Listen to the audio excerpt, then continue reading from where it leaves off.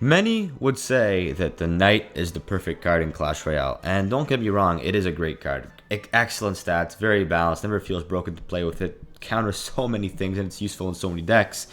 But I would like to differ, because Skeleton Barrel's in the game, and Skeleton Barrel, basically, tower targeting troop, it can kite stuff. It's got a death damage. It's got a death knockback. It spawns 7 skeletons. It's got decent HP. It's got an evolution just like the Knight does. And it can push troops like Speedy Balloon. Or you could also use it to push cards off your tower. Or sometimes even block troops from getting onto your tower. I've had many times where I've used a Skeleton Barrel on defense as a last resort to push a balloon away from my tower. And it actually works. It saves you like an extra second or two. And in overtime, that can be the difference between winning and losing a game.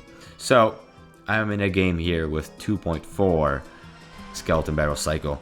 And I've got this with the Dark Goblin and the Bats because it kind of serves as an okay bait.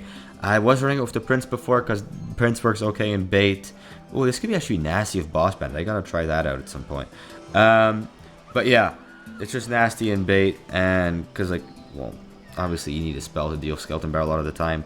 So Bats, Snowball, and this will do just a decent job of taking all this out. Skeletons here. I could have used a no shots, please. Fuck. I could have used a Skeleton Barrel to fully defend the archers there, but I just chose not to. Also, I discovered today that a Skeleton Barrel actually full counters a Goblin Drill, which kind of surprised me. If you just drop the Skeleton Barrel right on top of the drill, when they play it, it actually full counters, which is kind of crazy. You wouldn't think a card like that would be able to full counter the drill. But it actually does a great job because it just fully surrounds the drill and skeletons, right? So, obviously, that defense can also be countered pretty easily by them just literally playing any spell in the game. But, still kind of cool. Also, the Dark Goggins should get damage here. 1 shot, 2 shots? No, just 1. Anyways, yeah, it was okay. So, I'm actually just not even going to defend that anymore.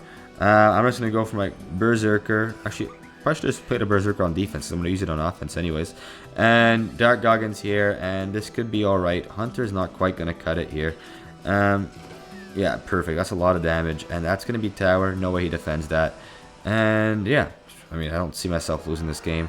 And I can just really spam him opposite lane now with Speedy Balloons. Not Speedy Balloons, with Skeleton Barrels. And yeah, I don't... This is whatever, man. Okay.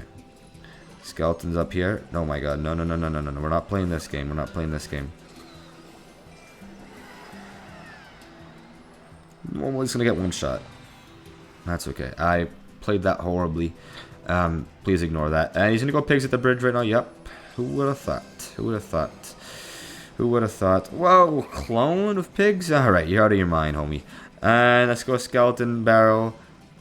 You know, archers. And that's not... That Tesla placement does not pull. Alright, well, that's okay.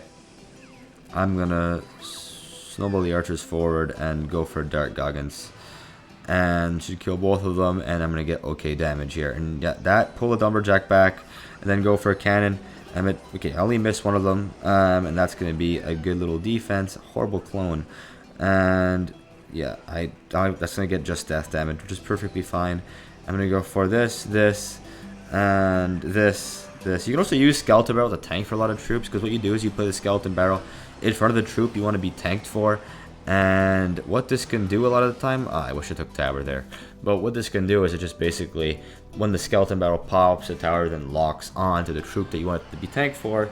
It can save a few hundred HP, like 500 HP onto the troop, which, you know, it helps with a little edge, you know what I mean, which you know about edging, but a little edge that helps you out. And you know, I use it all the time. I usually play a Skeleton Barrel and then a Dark Goblin or a Valkyrie behind it. And also then the Valkyrie then tanks for all the skeletons when the barrel pops. And basically what this does is that when they don't have a spell, the push becomes damn near impossible to defend, which is, well, you always want that. And just in case he's got a troop, which he doesn't, I guess a Snowball got value. Give me an extra few hundred damage, but yeah, Executioner is going to be hard to break through here. Executioner is a fantastic counter to the Skeleton Barrel. So I'm going to go for a cannon down here, and that's going to defend just nicely. What? Okay, I'm gonna go for a Berserker behind. And yeah. See what he's got for this. Tornado, okay. And Berserker. Berserker's going to get nerfed next season, which is kind of crazy. You never thought you'd have to see Berserker get nerfed, but I actually think it's a great balance change. He absolutely deserves the nerf. I'm going to go Cannon up here, honestly. Because I don't want that. I don't want to have to deal with it getting on my tower, because I swear the Suspicious Bush is like the Goblin Drill sometimes, where just for some reason, just the Goblin just auto-lock onto your tower for no reason. It drives me insane, and I hate it with a passion. And what are we doing? Let me get that back. Perfect. That should be a full defense unless he uses a spell here, but I don't think he can.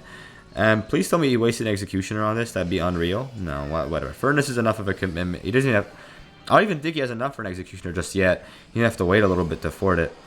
Yeah, he's gonna have to Tornado or something. Yeah, that's gonna be actually Tower, I think. Right? Just about. Oh my god. I gotta remember that the Furnace has more range than a Cannon, which again, it still does not click with my brain why the Furnace should have like a 6 tile range or 5.5, whatever it is. It's 6 tiles, I think, because I think 5.5 is what the Cannon has, and that's how the Cannon can attack a Wizard.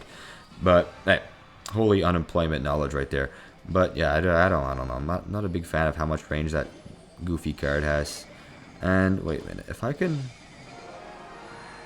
just get a nice little snowball there to push the balloon away, I should even get death damage, which is great. Now I can then go for this. Interesting use of the Cannon card.